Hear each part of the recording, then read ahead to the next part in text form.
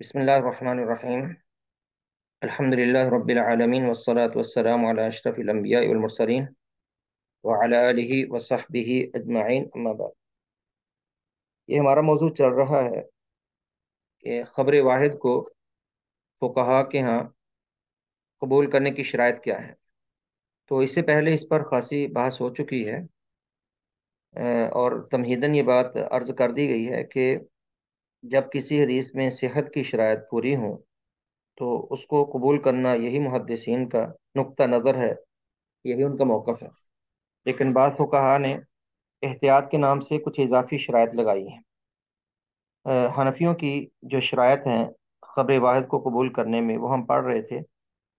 ان میں سے اس شرط پہ ہم پہنچے جو آپ کے سامنے ہے اسکرین پہ، یہ کہ حدیث کو اس وقت قبول نہ کیا جائے جب اس کا تعلق بلوائے عامہ سے ہو.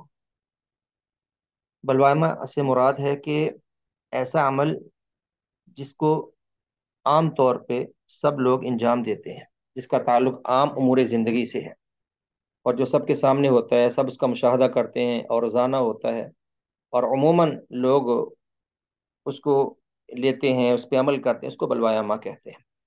تو حنفیوں کا خیال ہے کہ جب کوئی ایسی روایت جس کا تعلق عام عمل سے ہے، دن رات کے عمل سے ہے، عام لوگوں سے ہے، تو اس کو بیان کرنے والے راویوں کی کثیر تعداد چاہیے.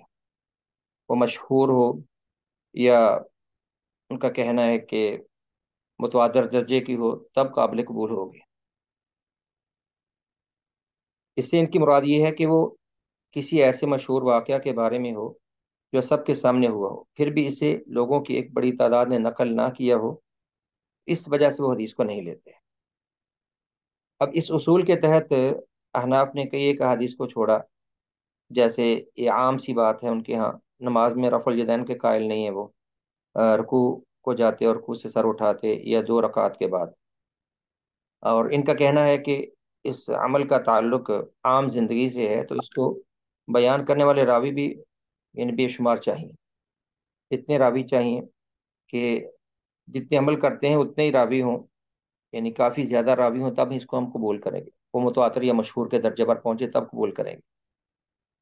حالانکہ رفع الیدین کی جو احادیث ہے نا، ان کو صحیحین بخاری مسلم نے روایت کیا ہے، اور بہت سے صحابہ ان کو بیان کرتے ہیں.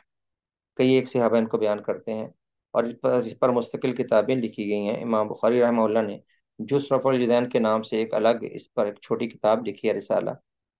تو رفع الیدین کی احادیث کو تھوڑے صحابہ بیان نہیں کرتے، لیکن پھر بھی انہوں نے ایک یعنی ہیلے کے ساتھ ان احادیث کو ترک کیا.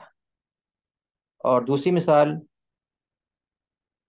یہ لوگ ایک مسئلہ ہے نواقض وضو میں کہ شرمگاہ کو ہاتھ لگانے سے یا مس الذکر سے وضو ٹوٹتا ہے کہ نہیں. اس میں جمہور کا موقف، ہمارا موقف یہی ہے کہ اس طرح وضو ٹوٹ جاتا ہے، لیکن حناف کا موقف ہے کہ وضو نہیں ٹوٹتا. وہ کہتے ہیں یہ بھی عام، چونکہ وضو کے مسائل سے متعلقہ حدیث ہے، تو اس کو چند ایک صحابہ کو کیوں بیان کرتے ہیں. اس کو حضرت ابو ہریرہ نے بیان کیا ہے، حضرت بصرہ بنت صفوان نے بیان کیا ہے، بعض ایک تو اور صحابہ نے بیان کیا ہے.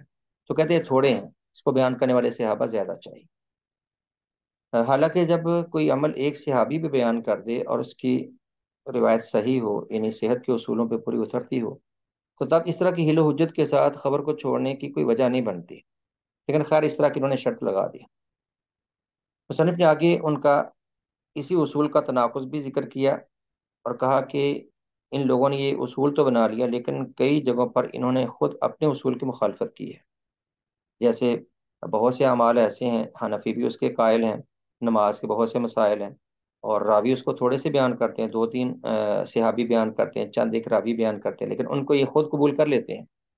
جیسے وطر کے وجوب کے قائل ہیں، اور وطر کے وجوب پر یعنی کوئی ویسے صریح روایت ہے ہی نہیں جس میں ہو کہ وطر واجب ہے.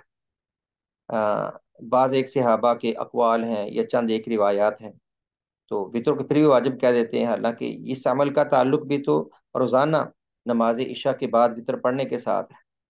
لیکن یہاں پہ اگرچہ صحیح صریح روایت نہیں بھی ملتی، تب بھی وطر کے وجوب کے قائل ہے. یہاں بھی انہوں نے اس اپنے موقف کو کیوں نہیں لیا اور اپنے اصول کو کیوں نہیں لیا. اور اسی طرح پیچھے آپ نے پڑھ لیا، نماز میں اگر کہا یعنی اونچی آواز سے کوئی ہنس پڑے تو اس سے نقض وضو کے قائل ہے.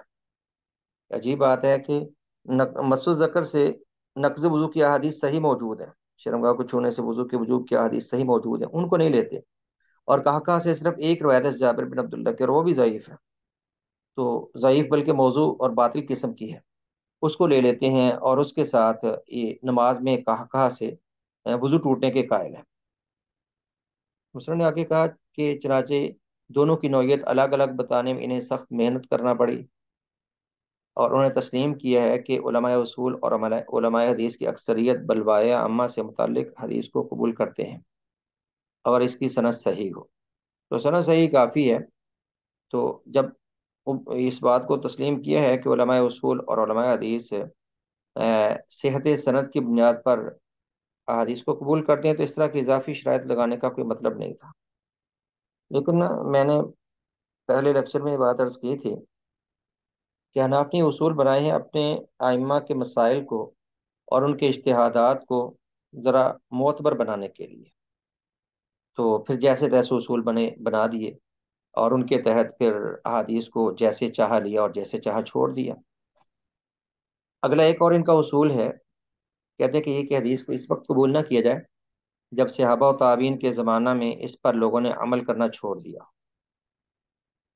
اب حقیقت یہ ہے کہ صحابہ کرام نے تو کبھی بھی حدیث پر عمل کرنا نہیں چھوڑا، اور جو تابعین معتبر ہیں ان سے بھی ایسی کوئی بات نہیں، اور مسلمان جب اس کے حدیث سامنے قول رسول نبی علیہ السلام کا قول آ جائے تو وہ کیسے اس کو چھوڑ سکتا ہے؟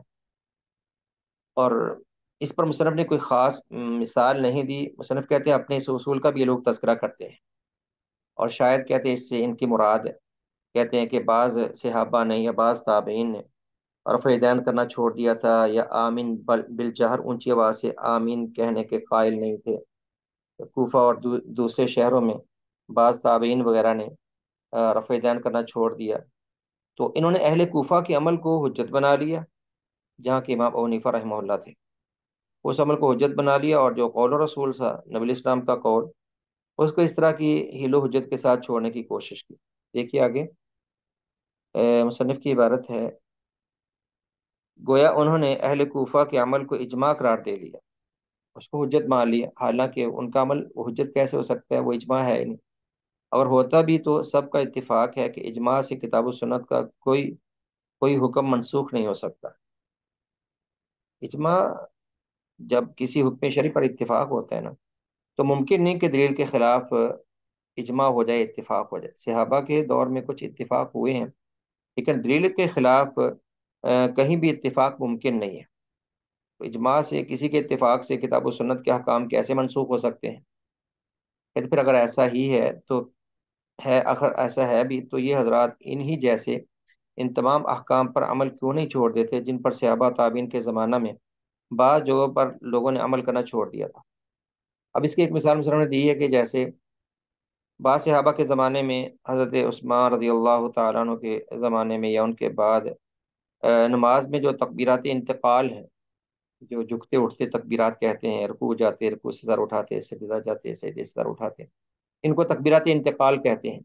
بعض صحابہ نے ان کو کہنا چھوڑ دیا تھا، اور بغیر تکبیر انتقال کہے ہی وہ رکوع جاتے سے رکوع سر اٹھاتے تھے اور سجدہ جاتے تھے۔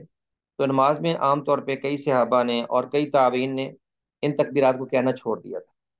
تو حالانکہ حنفی اس کے قائل ہیں، یہ تو صحابہ کے کئی ایک صحابہ سے منقول ہے کہ وہ تکبیرات انتقال نہیں کہا کرتے تھے۔ جیسے یہاں پر ایک انہوں نے مثال دی ہے کہ حضرت علی رضی اللہ تعالیٰ عنہ نے ایک دفعہ عراق میں کوفہ میں نماز پڑھائی، اور انہوں نے اونچی آواز سے تکبیرات انتقال کہیں، اللہ اکبر اللہ اکبر وہ کہتے رہے۔ تو حضرت عمران بن حسین رضی اللہ تعالیٰ عنہ صحابی موجود تھے، وہ کہنے لگے کہ حضرت علی آپ نے تو ہمیں وہ نماز یاد کروا دی جو رسول اللہ صلی اللہ علیہ وسلم ہمیں نماز پڑھایا کرتے، تو ہم تو بھول گئے تھے کہ تکبیرات انتقال بھی کہنی چاہیے۔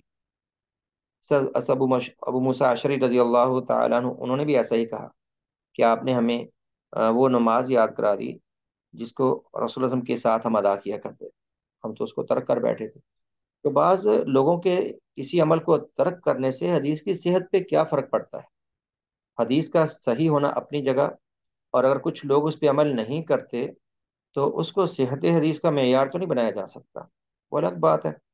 اب عمل نہ کرنے کی وجہ سستی کوتاہی ہو سکتی ہے، یا حدیث کا نسیان ہو سکتا ہے، یا اس کی کوئی اور توجہ ہو سکتی ہے، لیکن حدیث کو چھوڑنے کا تو کوئی مطلب ہی نہیں، بلکہ ایسے موقع پر کسی متروک سنت پر عمل کرنا اسے زندہ کرنا ہے، جس کا اجر بہت ہے کہ جب کوئی سنت متروک ہو جائے اور اس پر عمل نہ ہو رہا ہو تو اس پر عمل کرنا چاہیے۔ سنت متروکہ کا زندہ کرنا، اس کا احیاء کرنا، یہ بڑا فضیلت کا عمل ہے۔ البتہ اس پر ایک حدیث جو بیان کی جاتی ہے وہ موضوع قسم کی ہے، اس کی میں نشاندہی کر دوں، کچھ لوگ وہ بیان کر دیتے ہیں کہ من عامل بسنتی عند فساد امتی فلاح اجر میات شہید، کہ جو میری امت کے فتنوں فساد کے دور میں میری سنت کو زندہ کرے گا، میری سنت پہ عمل کرے گا، اس کو 100 شہیدوں کا اجر ملے گا۔ ایسی کوئی حدیث نہیں ہے۔ البتہ سنت تو ہر دور میں ہی واجب العمل ہے، کسی دور میں بھی سنت پہ عمل ترک نہیں کرنا چاہیے، جب بھی سنت ملے اس پر عمل کرنا ایک مسلمان کا منہج اور طریقہ کار ہوتا ہے۔ تو یہ چند ایک اصول یہاں تک مصنف نے احناف کے لکھے، جو پہلے بھی آپ نے پڑھے ہیں اور کچھ ہم نے پڑھ لی یہاں پہ۔ ان اصولوں میں کچھ یعنی مزید وضاحت اور مزید ان پر کہنے کی بحث ہو سکتی ہے، لیکن یہاں پر اس مختصر کتاب میں بس ایک بات آپ سمجھ لیں کہ حدیث کو قبول کرنے میں یہی کافی ہے کہ وہ محدثین کے ہاں صحت کے معیار پر پوری اترے۔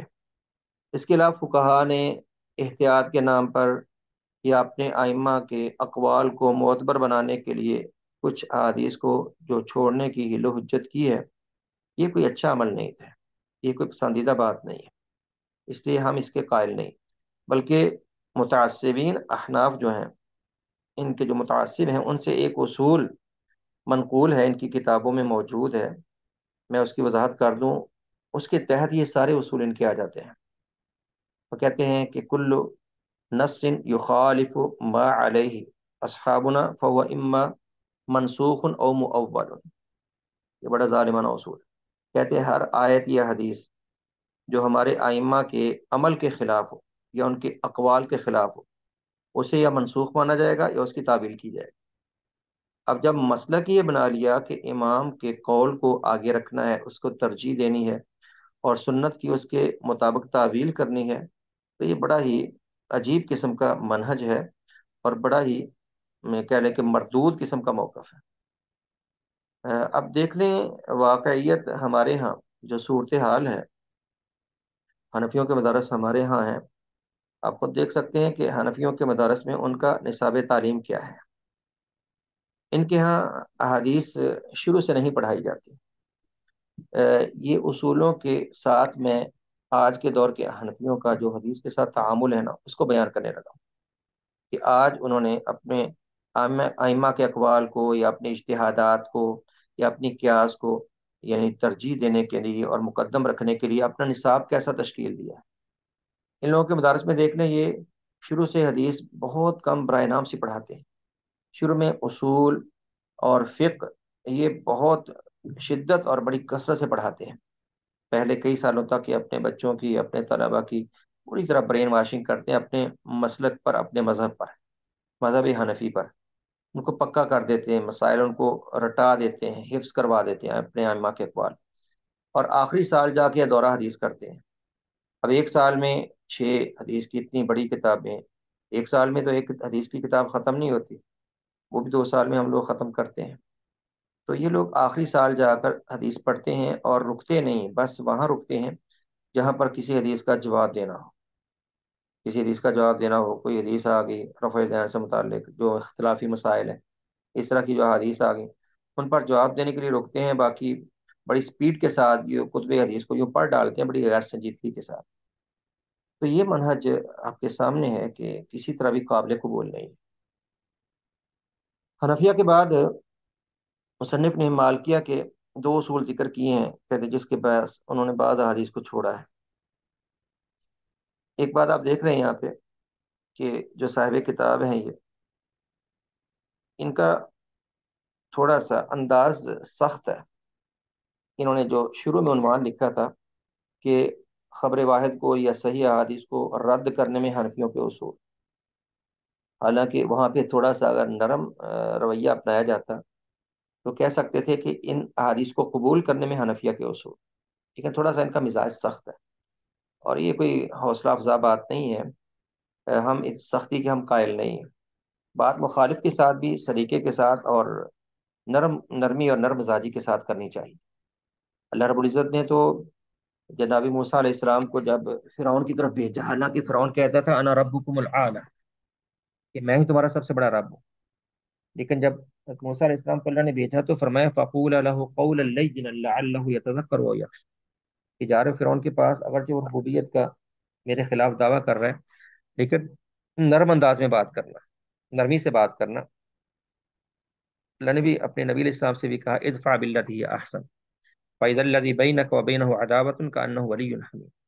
تو مخالف کے موقف کو بھی نرمی کے ساتھ ذکر کرنا چاہیے، اور بطریق احسن رد بھی اس کا اچھے انداز میں ہونا چاہیے۔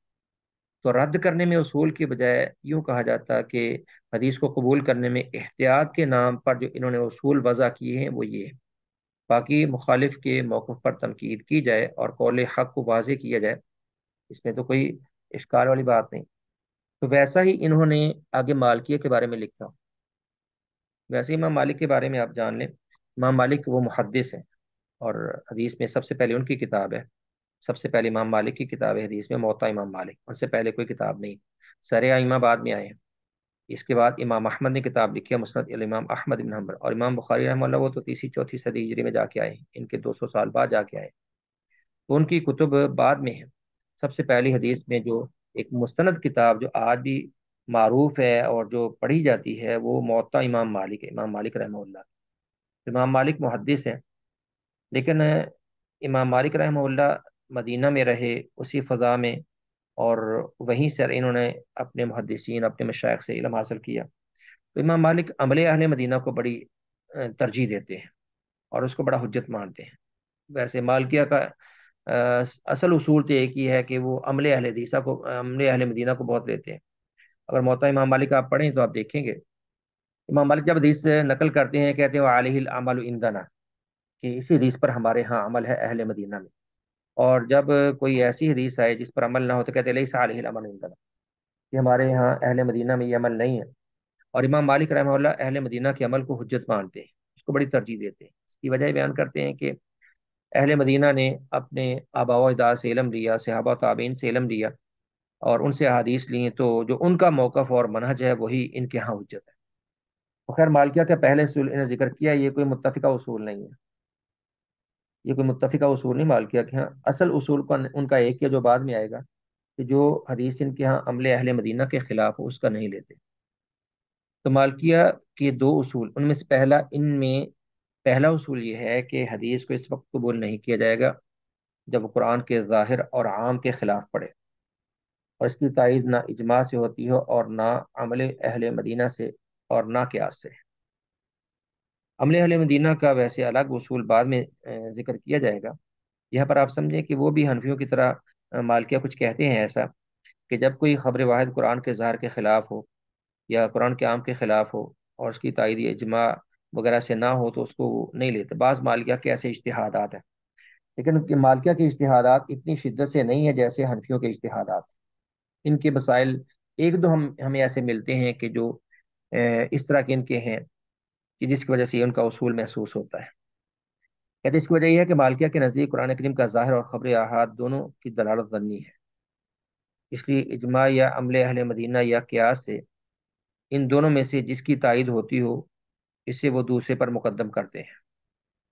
ان کے ہاں یعنی خبر کی تائید یا حدیث کی تائید اجماع سے ہونا چاہیے، اجماع سے مراد اہل مدینہ کے عمل یا ان کے اتفاق سے یا قیاس سے، پھر کہتے ہیں کہ اس کو لیا جائے، وگرنہ قرآن کریم کے عام کو لیتے ہیں۔ کہتے ہیں اس اصول کے تحت امام مالک نے کئی صحیح احادیث کو رد کر دیا۔ یہ جو عبارت ہے نا اس طرح کی، یہ عبارت یہ محل نظر ہے، امام مالک نے کئی صحیح احادیث کو رد کر دیا، بڑی شدید عبارت ہے اور انتہائی کہہ لیں کہ غلط عبارت ہے، ایسا نہیں کہنا چاہیے۔ امام مالک میں نے کہا وہ تو خود محدث تھے، اور امام مالک کے کیا کہنے، حق کے لیے وہ کھڑے ہوتے تھے اور باطل سے ٹکرا جاتے تھے، ان کا منہج تو حدیث تھا۔ لیکن کوئی فقیہ جب کسی حدیث کی مخالفت کرتا ہے تو اس کے پیچھے کئی وجوہات ہوتی ہیں، صرف ایک بات کہہ کر کہنا کہ کئی صحیح حدیث کو فلاں نے رد کر دیا، یہ انتہائی غلط انداز ہے کہنے کا۔ بس اتنا کہہ سکتے ہیں کہ یہ اصول تھا جس کے تحت امام مالک نے کئی حدیث یا بعض حدیث کو یعنی نہیں لیا یا پس و پیش سے کام لیا، یا ان میں یہ شرط لگا دی احتیاط کے نام پر کہتے جیسے یہ حدیث ہے، معروف حدیث ہے، نہا رسول اللہ صلی اللہ علیہ وسلم عن کل ذی مخلب من الطیر وکل ذی ناب من السباع. ایک حدیث کی دونوں باتیں ہیں کہ نبی اسلام نے پرندوں میں سے جو اپنے پنجے سے شکار کرتے ہیں، اپنے پنجے سے شکار کرتے ہیں اور دبوچ کر شکار کرتے ہیں، ایسے جانوروں کے کھانے سے آپ نے منع کیا. یعنی جو پرندوں میں درندے ہوتے ہیں، پرندوں میں جو پنجوں کے ساتھ شکار کرتے ہیں، جیسے باز ہے یا چیل ہے یا کوا ہے یا اس قسم کے جانور ہیں، تو کہتے ہیں کہ اس حدیث میں پنجہ سے شکار کرنے والے جانور ان کو حرام قرار دیا ہے، لیکن امام مالک کے ہاں ان میں سے بعض جانور حرام نہیں ہیں، جیسے کوا اور چیل وغیرہ. کہتے ہیں کہ یہ حدیث اللہ کے ارشاد کے خلاف ہے جو اللہ نے کہا کل اجد فیما اوحی الی محرما علی طاعم یطعمه الا ان یکون میتۃ او دما مسفوحا او لحم خنزیر، کہ میں کسی چیز کو حرام نہیں پاتا جو بھی مجھ پر وحی ہوئی ہے، سوائے اس کے کہ مردار یا بہنے والا خون یا لحم خنزیر. تو کہتے ہیں کہ ان کے علاوہ دیگر اشیاء وہ حرام نہیں ہے. حالانکہ مالکیہ کے اپنے ہاں اور دیگر ائمہ کے ہاں بہت سی احادیث ہیں، بہت سی اشیاء ہیں جو احادیث کے ذریعے جن کو حرام قرار دیا گیا. تو خیر کہتے ہیں کہ اس آیت کی ظاہری دلالت سے مالکیہ نے وہ کوے وغیرہ کو حرام نہیں کہا. کوے وغیرہ کے بارے میں تو میں نے سرچ کیا ہے، اور مالکیہ کے ہاں واقعی کوا حرام نہیں ہے. اور کوا اس کے بارے میں تھوڑا سا اختلاف بھی ہے. ویسے اس میں کوئی شک نہیں کہ یہ حرام ہے، کیونکہ نبی اسلام نے اس کو قتل کرنے کا حکم دیا. آپ نے فرمایا کہ کچھ حیوانات ان کو حل و حرم میں ہر جگہ قتل کرو، ان میں سے آپ نے کوے اور چیل وغیرہ کا نام لیا ہے. کوا اور چیل تو جن کو قتل کرنے کا حکم ہے ان کا کھانا حرام ہوتا ہے، اور ویسے بھی یہ مردار کھاتا ہے، اور اگرچہ پنجے سے شکار نہیں کرتا، پنجے سے پکڑ کے کھاتا ہے. یہ شکاری جانور نہیں کوا. البتہ چیل وہ شکار کرتی ہے تو پنجے سے پکڑ کے کھاتا ہے، لیکن اس کو قتل کرنے کا حکم ہے. تو بعض مالکیہ کراہت کے ساتھ اس کے کھانے کے قائل ہیں، اور بعض اس کے جواز کے قائل ہیں. ان کی اپنی ایک تعویل، اپنا ایک موقف ہے. اسی طرح انہوں نے اللہ تعالیٰ کے ارشاد والخیل والبغال والحمیر لترکبوها وزینہ، ہم نے گھوڑے، خچر اور گدھے پیدا کیے تاکہ تم ان کی سواری کرو، تمہاری لیے زینت ہو، کی ظاہری دلالت سے وہ احادیث رد کر دی جن میں گھوڑے کا گوشت حلال قرار دیا گیا. مالکیہ بھی گھوڑے کو حرام ہی کہتے ہیں، البتہ گھوڑے کا گوشت حلال ہے، حدیث سے ثابت ہے گھوڑے کا گوشت حلال ہے. یہ جو آیت ہے نا کہ اللہ نے کہا کہ ہم نے ان اشیاء کو، یعنی گھوڑے، خچر اور گدھے وغیرہ تمہاری سواری اور زینت کے لیے پیدا کی، ان میں گدھے اور خچر تو حرام ہے، وہ تو ثابت ہے. البتہ گھوڑے وہ زینت کے لیے ہیں، سواری کے لیے، اس کا گوشت کھانا بھی جائز ہے. جیسے سیدہ اسماء رضی اللہ تعالیٰ عنہ کی روایت ہے صحیح مسلم میں، کہتی ہیں کہ ہم نے عہد رسالت میں رسول اللہ صلی اللہ علیہ وسلم کے زمانے میں ہم نے گھوڑا ذبح کر کے مدینہ میں کھایا. تو حرام نہیں ہے، البتہ یہ بہت نفیس اور بہت قیمتی جانور ہے جو جہاد میں کام آتا ہے، بہت مہنگا ہوتا ہے، اس لیے اس کا گوشت نہیں عام طور پہ کھاتے تھے. یہ اس کے گوشت نہ کھانے کی وجہ ہے، وگرنہ یہ حرام نہیں ہے. تو حرام کہنا ذرا مشکل ہے. البتہ بعض فقہا کہتے ہیں کہ یہ حرام ہے، جیسے کہ مالکیہ کہتے ہیں اور حنفی نے بھی ایسا کہا. آگے دیکھیے مصنف نے انہی کے اصول کا تناقض ذکر کیا، کہتے ہیں کہ اپنے اصول میں تضاد بھی ہے کہ دوسری طرف خبر احاد کو قرآن کی ظاہری دلالت پر ترجیح دیتے ہوئے انہوں نے اس حدیث کو قبول کیا جس میں دانت رکھنے والے درندوں کا گوشت کھانے سے منع کیا گیا، کیونکہ عمل اہل مدینہ سے اس کی تائید ہوتی تھی. یعنی عمل اہل مدینہ یہ تھا امام مالک کے ہاں کہ جو درندے ہیں اپنے دانت سے پکڑ کے کھاتے ہیں، ان کا گوشت کھانا بعض یعنی ممنوع ہے، حدیث میں بھی ہے. تو عمل اہل مدینہ سے اس کی تائید ہوتی تھی تو اس کو قبول کر لیا. اصل تو ان کا عمل اہل مدینہ ہی ہے. دوسرا اصول مالکیہ کا، وہ کہتے ہیں کہ حدیث کو اس وقت قبول نہ کیا جائے جب وہ عمل اہل مدینہ کے خلاف. یہ بات پہلے ہو چکی ہے کہ مالکیہ کے ہاں اصل حدیث کو قبول کرنے کی یہی بنیاد ہے. اصل ان کے ہاں حدیث کو قبول کرنے کی یہی بنیاد ہے کہ جب وہ عمل اہل مدینہ کے خلاف ہو تب قبول نہیں کرتے، اور موافق ہو تب قبول کرتے ہیں. کہتے ہیں ان کی اس اصول کی وجہ مالکیہ کا یہ مفروضہ ہے کہ امام مالک کے زمانہ میں اہل مدینہ کا جو عمل تھا وہ عہد صحابہ سے منقول چلا آ رہا تھا. اس میں انہوں نے دو پہلوؤں سے غلطی کی. آگے مصنف نے اس اصول کی غلطی واضح کی ہے کہ جو مفروضہ تھا نا کہ کیونکہ شروع سے اصول چلا آ رہا ہے، یعنی شروع سے اہل مدینہ کا ایک عمل چلا آ رہا ہے تو ہمیں اس کو لینا ضروری ہے. دو پہلوؤں سے غلطی مصنف نے کیسے بیان کی؟ کہتے ہیں غلطی کا ایک پہلو یہ ہے کہ عمل اہل مدینہ تمام مسلمانوں کے لیے حجت ہے، کیونکہ اس کی یہ حیثیت خود امام مالک کی نظر میں نہ تھی۔ یعنی غلطی کا ایک پہلو یہ ہے کہ عمل اہل مدینہ کو سب مسلمانوں کے لیے حجت کہہ دیا گیا، حالانکہ امام مالک بھی یہ نہیں سمجھتے تھے کہ سب مسلمانوں کے لیے ہم نے اہل مدینہ کو حجت مانا ہے۔ ان کا اپنا موقف تھا، وہ اہل مدینہ کے عمل کو دیگر چیزوں پر ترجیح دیتے تھے۔ اگر امام مالک اہل مدینہ کے عمل کو تمام عالم اسلام کے لیے حجت سمجھتے تو اس کی مثال ایک یہ ہے کہ خلیفہ ہارون رشید نے جب یہ کہا کہ امام مالک نے جب موطا امام مالک لکھی، تو خلیفہ ہارون رشید نے کہا کہ یہ کتاب آپ ہمیں دیجیے اور ہم اس کو سب پر لاگو کرتے ہیں، اس کی تعلیمات کو لازم کر دیتے ہیں، اور اس میں جو آپ نے موقف اختیار کیے ہیں یہ سب موقف ہم لوگوں کے سامنے رکھتے ہیں کہ ان پر عمل کرنا لازم ہے۔ تو امام مالک نے منع کر دی، وہ کہنے لگے نہیں، اس میں کچھ روایات ہیں اور اصحاب رسول تمام ممالک اسلامی میں پھیلے ہوئے ہیں اور ہر کے اپنی اپنی تعلیمات دے رہے ہیں، تو ہر ایک گروہ کے پاس کچھ علم ہوتا ہے، دوسروں کے پاس علم نہیں ہوتا، تو میں اس کو سب کے لیے حجت نہیں کہتا۔ خود امام مالک نے ایسا کہا۔ تو امام مالک کے اپنے خیال میں یہ بات سمجھ آ گئی کہ عمل اہل مدینہ کو وہ قطعی حجت تمام عالم اسلام کے لیے نہیں مانتے تھے، بس وہ کہتے تھے کہ چونکہ ہمارے ہاں یہی عمل ہے، ہمارے ہاں یہی ہم نے معیار بنایا ہے اپنے ہاں عمل کا، تو یہ ان کے اپنے نزدیک تھا۔ اور دوسری بات مصنف کہتے ہیں تو جب یہ بات سامنے آ گئی تو پھر امام مالک کا عذر ہمارے سامنے ہے کہ ہم اس اصول کو ان کا قطعی اصول نہیں کہہ سکتے۔ ہاں اپنے لیے وہ عمل اہل مدینہ کو بہتر سمجھتے تھے، لیکن سب کے لیے لازم نہیں کہتے تھے کہ میرے اس اصول کو سارے لیں اور اس کے مطابق ہی اپنے یعنی عمل کو بنائیں اور عمل اہل مدینہ کو حجت مانیں۔ دوسری بات مصنف نے کی، اور دوسرا اس پہلو سے کہ ان کا سارے کا سارا عمل عہد صحابہ سے منقول چلا آ رہا ہے، اس کے جس حصہ کی واقعی حیثیت ہے اس کی حجیت ان ہی کو نہیں بلکہ سب کو تسلیم ہے۔ ہاں یعنی اہل مدینہ کا وہ عمل جو سب صحابہ سے منقول ہو، جس پر صحابہ کا اتفاق ہو، تو صحابہ کا اتفاق ویسے ہی حجت ہے۔ البتہ اس کا جو حصہ اجتہاد اور استدلال پر مبنی ہے، ان کے اور دوسروں کے درمیان اختلاف اسی کے بارے میں ہے، یعنی جس میں سب کا اتفاق ہے وہ تو حجت ہی حجت ہے، اور جس میں صحابہ کا آپس میں اختلاف تھا وہ کسی کے لیے بھی حجت نہیں ہو سکتا۔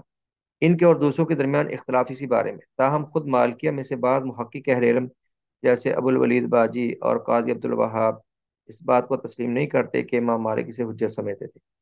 تو بات واضح ہو چکی ہے کہ امام مالک یعنی اس کو ایسی حجت نہیں مانتے تھے کہ سب کے لیے اس کو قبول کرنا قطعی اور لازمی ہو، اپنے لیے اختیار کرتے تھے۔ اور اس کی مثال وہی ہے کہ موطا امام مالک کے احادیث کے بعد جو مصنف نے اپنے فقہی رجحانات لکھے اور جب اپنے اقوال لکھے، ان رجحانات اور ان اقوال کو جب چاہا امام خلیفہ ہارون الرشید نے سب کے لیے لازم کرنا، تو امام مالک نے خود اس کا انکار کر دیا۔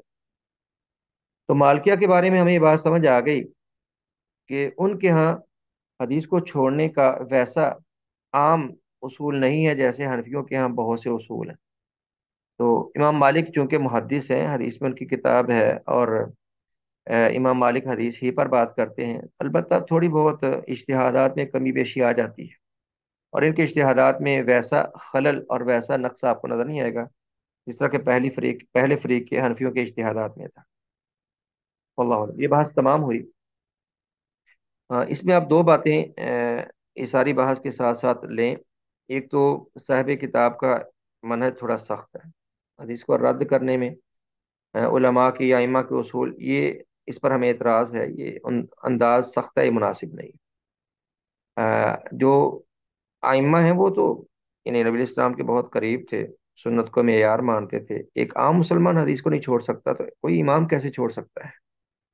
تو رسول اللہ صلی اللہ علیہ وسلم سے جو بات ثابت ہوگی وہ حجت ہے سب کے ہیں، تو حجت ماننا لازم ہے، سارے حجت مانتے ہیں۔ البتہ کچھ اجتہادات آ جاتے ہیں، احتیاط کے نام سے کچھ باتیں آ جاتی ہیں، کچھ غلطیاں آ جاتی ہیں، تو ہمیں مخالف کی غلطیوں کی اصلاح کرنی چاہیے اور تنقید میں بھی نرمی کا رویہ ہی رکھنا چاہیے۔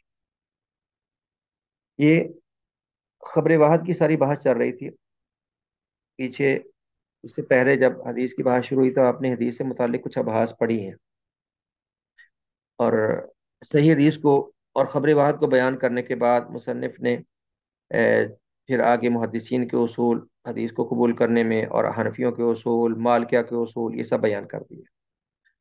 اب صحیح حدیث کے بعد متصل حدیث کے بعد دوسری قسم ہے غیر متصل حدیث۔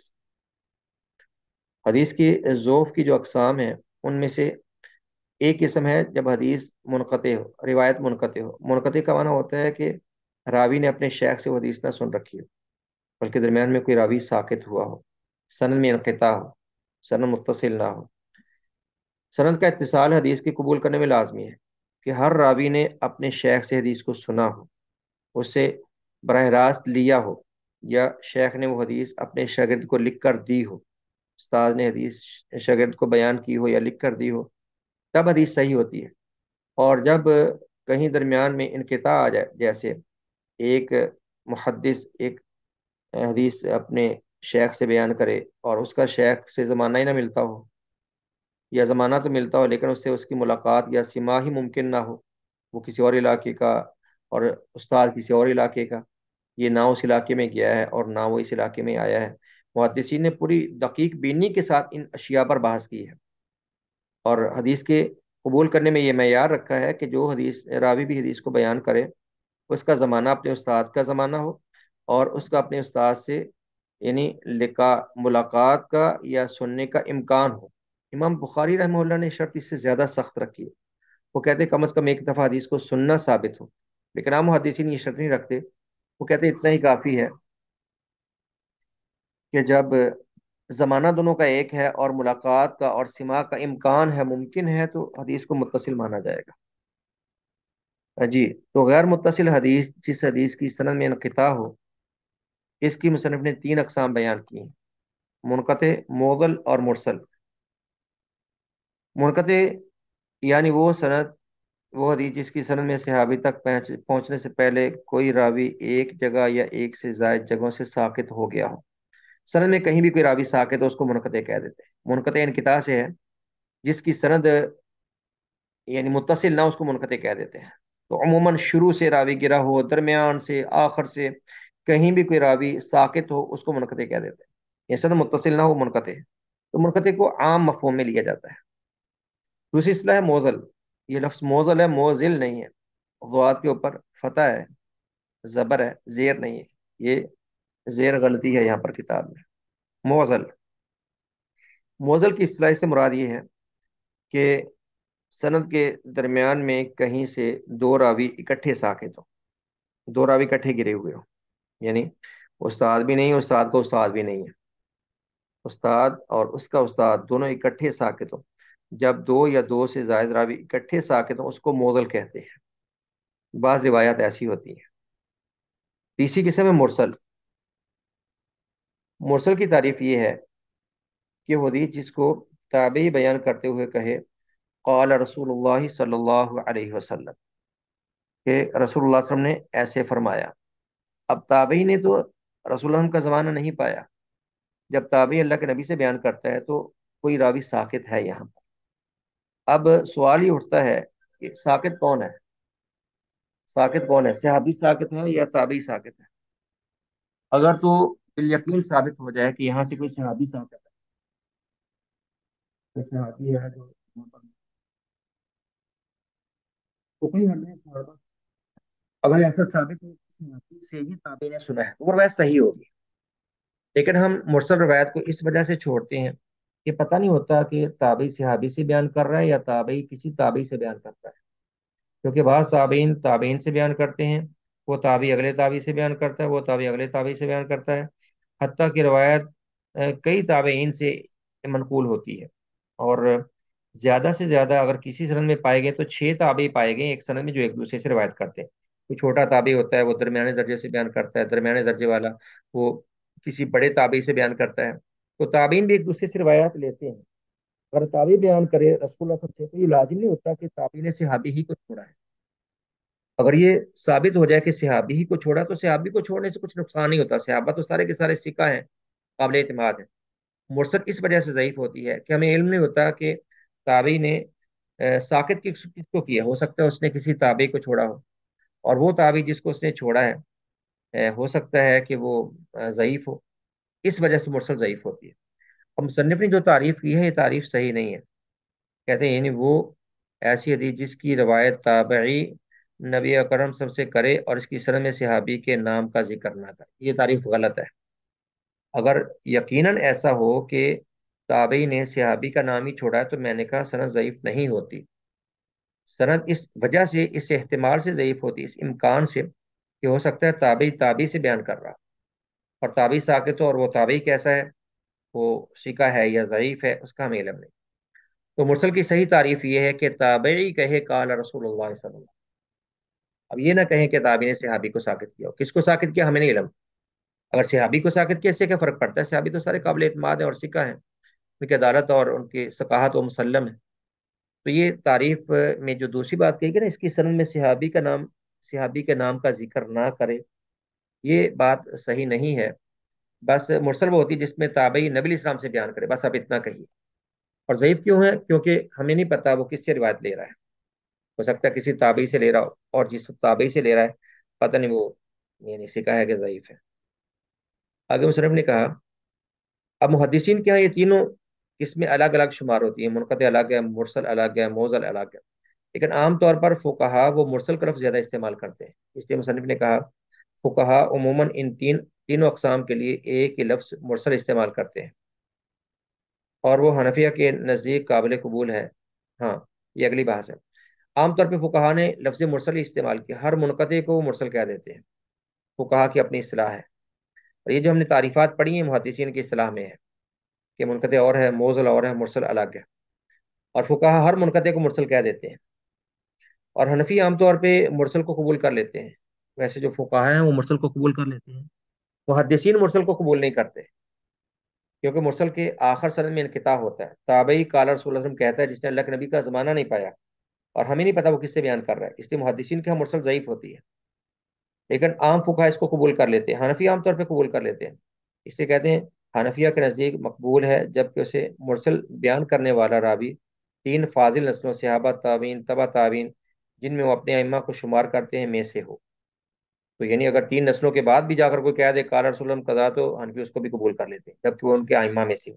یہ بات انتہائی یعنی محل نظر ہے اور قابل اعتراض ہے، یہ قابل قبول نہیں ہے جو حنفیوں نے موقف اپنایا مرسل کے بارے میں۔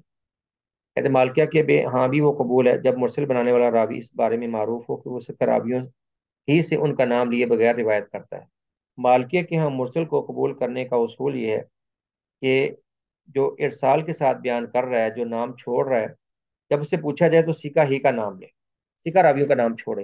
امام احمد اور جمہور محدثین کے ہاں مرسل کا شمار ضعیف یعنی مردود روایات میں ہوتا ہے، چنانچہ وہ اسے قبول نہیں کرتے الا کہ اس کی کسی دوسری روایت سے تائید ہوتی ہو۔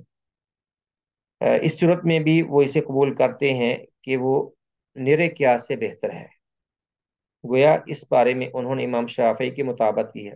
اب دو قول آپ نے پڑھ لیے مرسل کے بارے میں، حنفی عام طور پہ ویسے قبول کر لیتے ہیں، اور مالکیہ تب قبول کرتے ہیں جب ارسال کرنے والا راوی سیکا راوی کو چھوڑ کر ارسال کرے، یعنی اس کو ساقط کرے۔ امام احمد اور جمہور محدثین نے عام طور پہ مرسل کو ضعیف قرار دیا، اس کو نہیں مانا۔ البتہ امام شافعی کا موقف تھوڑا مختلف ہے کہ ارسال کرنے والا جو تابعی ہے کوئی معروف اور بڑا تابعی جس کی متعدد صحابہ سے ملاقات ہوئی ہو، جیسے مدینہ میں سعید بن مسیب رحمہ اللہ، اور ایک عراق میں امام حسن بصری رحمہ اللہ۔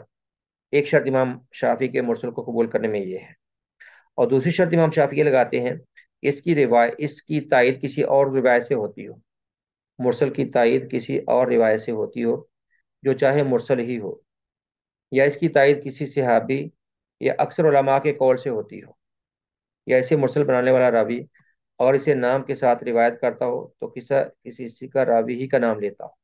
امام شافعی کے ہم مرسل کو قبول کرنے کی شرائط، تو چار شرطیں عام طور پہ امام شافعی لگاتے ہیں۔ ایک شرط یہ ہے کہ ارسال کرنے والا وہ کوئی معروف اور بڑا تابعی ہو، جیسے سعید بن مسیب رحمہ اللہ، اور دوسری شرط یہ ہے کہ اس کی تائید کسی دوسری حدیث سے ہوتی ہو چاہے مرسل روایتی ہو کسی کوئی اور تیسری یہ ہے کہ یا اس کی تائید صحابہ کے فتویٰ سے ہوتی ہو یا صحابہ کے عمل سے یا اکثر فقہا کے قول سے ہوتی ہو، اور چوتھی شرط یہ ہے کہ ارسال کرنے والا اگر نام لیتا ہے، اگر اس سے پوچھا جائے کہ آپ نے کس کو ساقط کر کے روایت بیان کی ہے تو اسی کا ہی کا نام لے، جیسے مالک نے شرط لگائی۔ تو ان شرائط کے ساتھ امام شافعی رحمہ اللہ نے مرسل کو قبول کیا۔ اگر یہ شرائط پائی جائے تو مرسل ویسے ہی وہ یعنی قبولیت کا درجہ حاصل کر لیتی ہے۔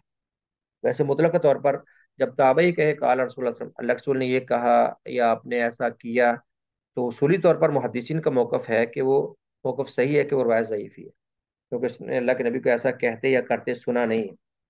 البتہ اگر کچھ علامات اور دلائل مل جائیں ہمیں اس روایت کے ساتھ، جیسے امام شافعی رحمہ اللہ نے کچھ بیان کیا، تو تب وہ روایت قابل قبول ہو سکتی ہے یا اعتماد کو درجہ کو پہنچ سکتی ہے۔ تو یہ تھی غیر متصل احادیث کی اقسام۔ میرے خیال یہاں تک ہمارا درس کافی ہے۔